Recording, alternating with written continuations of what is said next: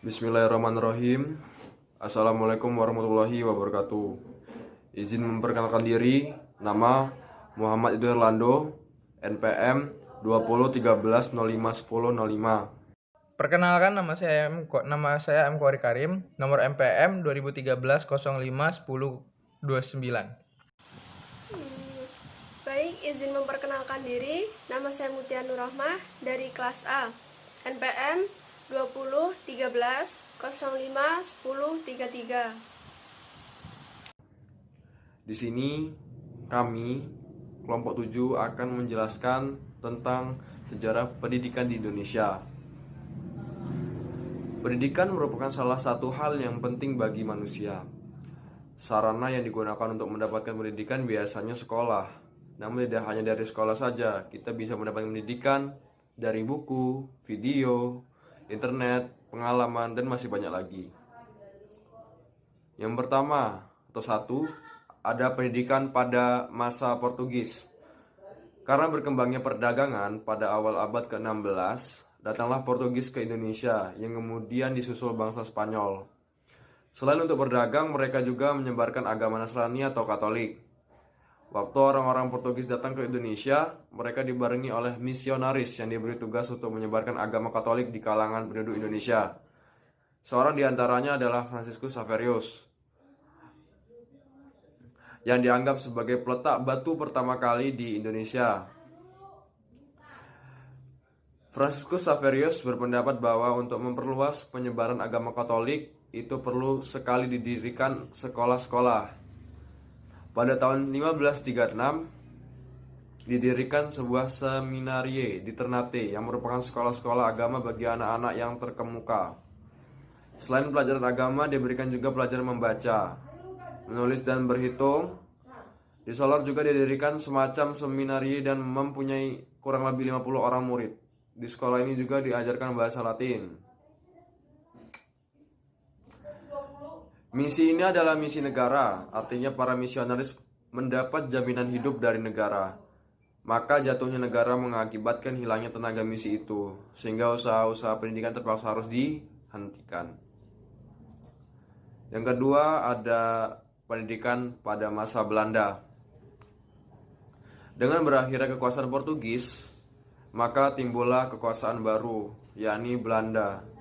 Belanda semula datang ke Indonesia untuk berdagang, yang telah bersatu dalam Badan Perdagangan VOC, menganggap perlu menggantikan agama Katolik yang telah disebarkan oleh bangsa Portugis dengan agamanya, yaitu agama Protestan. Untuk keperluan inilah maka didirikan sekolah-sekolah terutama di daerah yang dahulu telah dinasranikan oleh Portugis dan Spanyol. Sekolah pertama didirikan VOC di Ambon pada tahun 1607. Pelajaran yang diberikan berupa membaca, menulis, dan sembahyang. Sebagai gurunya maka diangkat orang Belanda yang mendapat upah. Rakyat di Pulau Jawa sedikit sekali menghasilkan rempah-rempah untuk keperluan pasar dunia.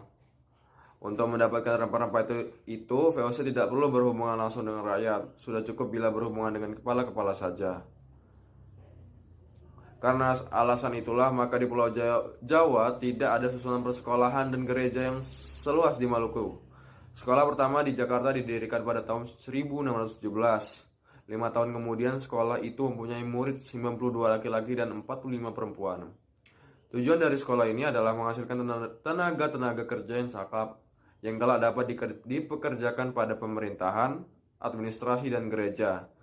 Sampai tahun 1786 dipergunakan bahasa Belanda sebagai bahasa pengantar. Dalam abad ke-17 dan 18, pendidikan kejuruan tidak diselenggarakan. Ini pun tidak mengherankan, karena pelajaran kompeni mempunyai dasar keagamaan dan pikiran. Bahwa taraf ekonomi masyarakat dapat dinaikkan oleh pendidikan kejuruan baru muncul dalam abad ke-19. Dengan bertambah meluasnya pendidikan di Indonesia pada abad ke-20, timbullah golongan baru dalam masyarakat di Indonesia, yaitu golongan cerdik, pandai yang mendapat pendidikan barat, tapi tidak mendapat tempat melakukan yang sewajarnya dalam masyarakat kolonial. Sesudah tahun 1908 ada yang berdasarkan agama seperti syarikat Islam.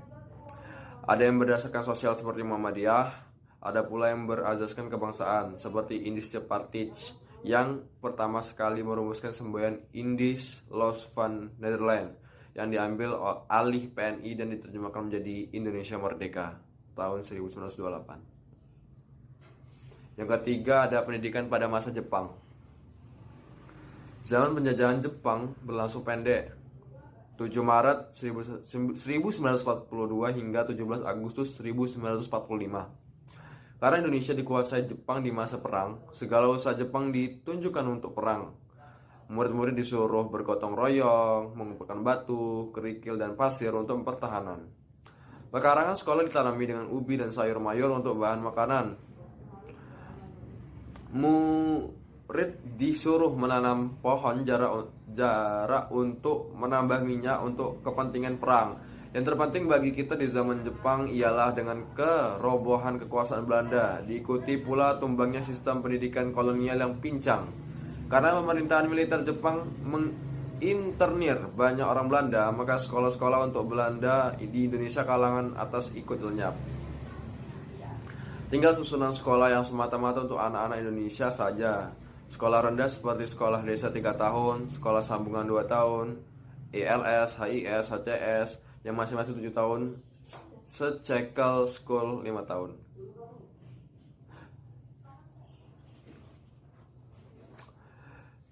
Jepang menganggap sekolah guru penting sekali karena sekolah itu yang akan menyimpan tenaga dalam jumlah yang besar untuk memompakan dan mempropagandakan semangat Jepang kepada anak didik.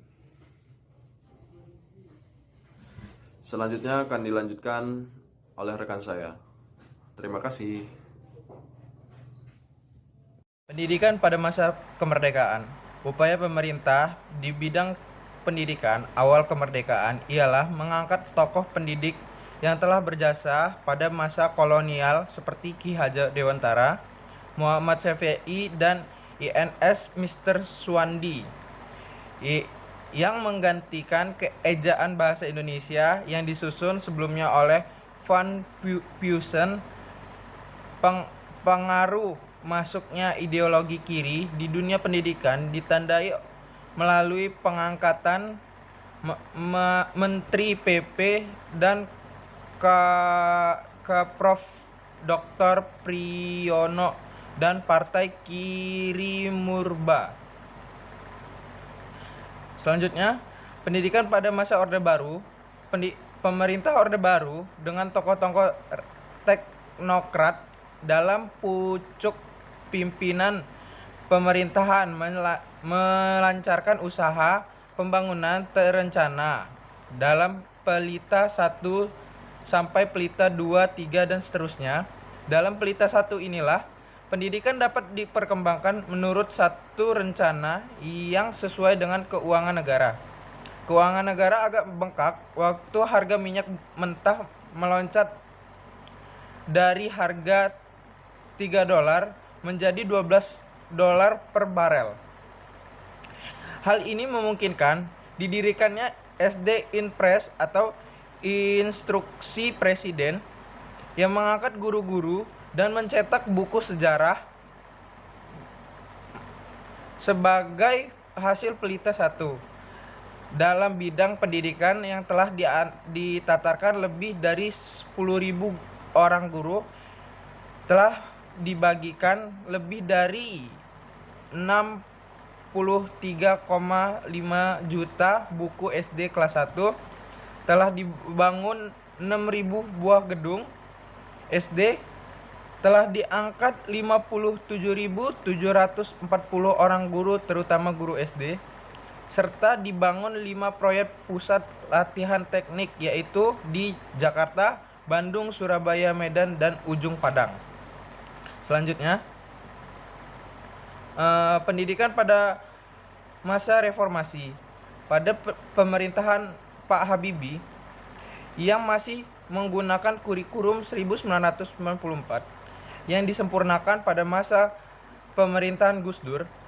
Pada masa pemerintahan Megawati terjadi beberapa perubahan tatanan pendidikan, antara lain diubahnya kurikulum 1994 menjadi kurikulum 2000 dan akhirnya disempurnakan menjadi kurikulum 2002. Kurikulum berbasis kompetensi yang merupakan kurikulum yang berorientasi pada pengembangan 3 aspek utama, yaitu antara lain aspek afektif, kognitif, dan psikomotorik. Pada 8 Juli 2003 disahkannya UU nomor 20 tahun 2003 tentang Sistem Pendidikan Nasional yang memberikan dasar hukum untuk membangun pendidikan nasional dengan menerapkan prinsip demokrasi, desentralisasi, otonomi, dan keadilan yang menjunjung HAM. Kemudian setelah Megawati turun dari jabatannya, digantikanlah oleh Bapak Susilo Bambang Yudhoyono. UU nomor 20 tahun 2003 masih tetap berlaku. Namun pada masa pemerintahan SBY juga diterapkan UU RI nomor 14 tahun 2005 tentang guru dan dosen. Penetapan UU tersebut disusul dengan penggantian kurikulum KBK menjadi kurikulum tingkat satuan pendidikan. Kurikulum ini berasaskan pada PP nomor 19 tahun 2005 tentang Standar Nasional Kependidikan. KTSP merupakan kurikulum operasional yang disusun dan dilaksanakan masing-masing satuan pendidikan. KTSP terdiri dari tujuan pendidik, tingkatan satuan pendidik, struktur dan mutual kurikulum tingkat satuan pendidik, kalender pendidikan, serta silabus. Tujuan pendidikan KTSP untuk pendidikan dasar diantaranya meletakkan dasar kecerdasan, pengetahuan, kepribadian, akhlak mulia, serta keterampilan hidup mandiri yang mengikuti pendidikan yang lebih lanjut.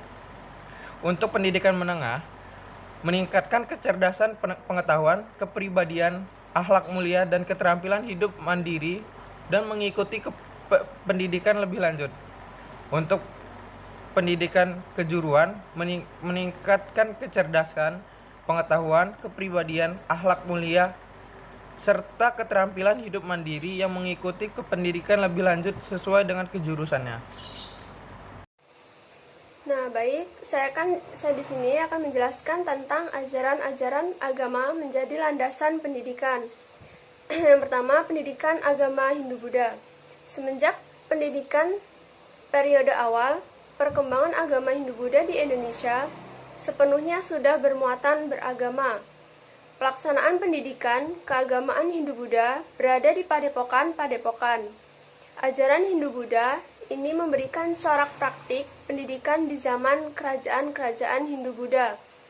Di Kerajaan Kutai yang berada di Pulau Kalimantan, Kerajaan Tarumanegara, hingga Majapahit.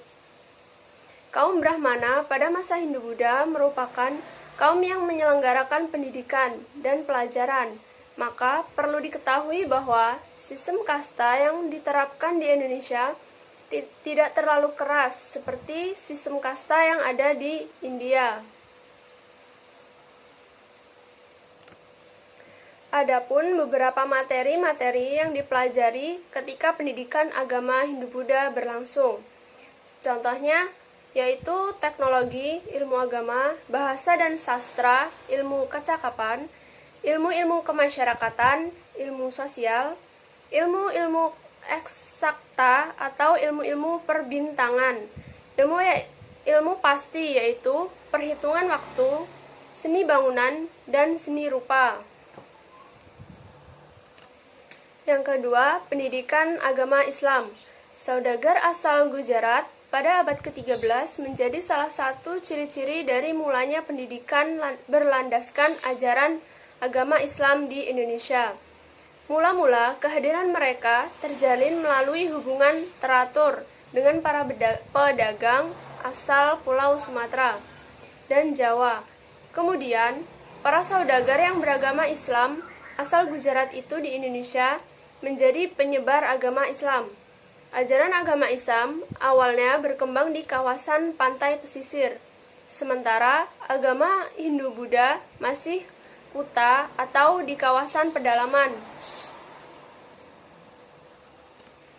Kerajaan Samudra Pasai adalah kerajaan Islam pertama, yang lebih tepatnya adalah Aceh. Jauh sebelum kerajaan Samudra Pasai berdiri, pengaruh ajaran Islam sudah masuk terlebih dahulu ke Indonesia. Terbukti dengan adanya batu nisan seorang wanita yang bernama Fatimah bin Maimun pada tahun 476 Masehi. Nah, pada masa kolonial, pendidikan agama Islam berbentuk pendidikan di pesantren, pendidikan di musola, atau di langgar. Dilaksanakan secara sederhana dengan binaan guru mengaji yang memiliki status di bawah kiai. Materi yang diajarkan adalah materi membaca Al-Quran dan fikih dasar. Pendidikan yang kedua yaitu pendidikan di pesantren, memiliki sistem pendidikan pemondokan sederhana. Materi pembelajaran bersifat khusus, yaitu agama. Pendidikan yang ketiga yaitu pendidikan Katolik dan Kristen Protestan. Pendidikan Katolik bermula dari abad ke-16 melalui orang-orang Portugis yang menguasai Malaka. Portugis memiliki usaha mencari rempah-rempah untuk dijual di Eropa. Dikarenakan saat itu harga rempah-rempah yang sangat mahal, Portugis bersama misionaris Katolik Roma berperan ganda sebagai penasehat spiritual. Nah, ketika ini Katolik Roma berperan sebagai penasehat spiritual, penempuh perjalanan jauh disertai penyebaran agama-agama yang diyakini pada setiap tempat yang ditempatinya. Segera setelah Portugis dan Katolik Roma menduduki suatu pulau, menjadikan penduduk setempat sebagai pemeluk Katolik Roma merupakan usaha utama yang mereka lakukan. Cukup presentasi dari kelompok kami, yaitu kelompok 7, meminta maaf ketika ada kesalahan, dan kami akhiri. Wassalamualaikum warahmatullahi wabarakatuh.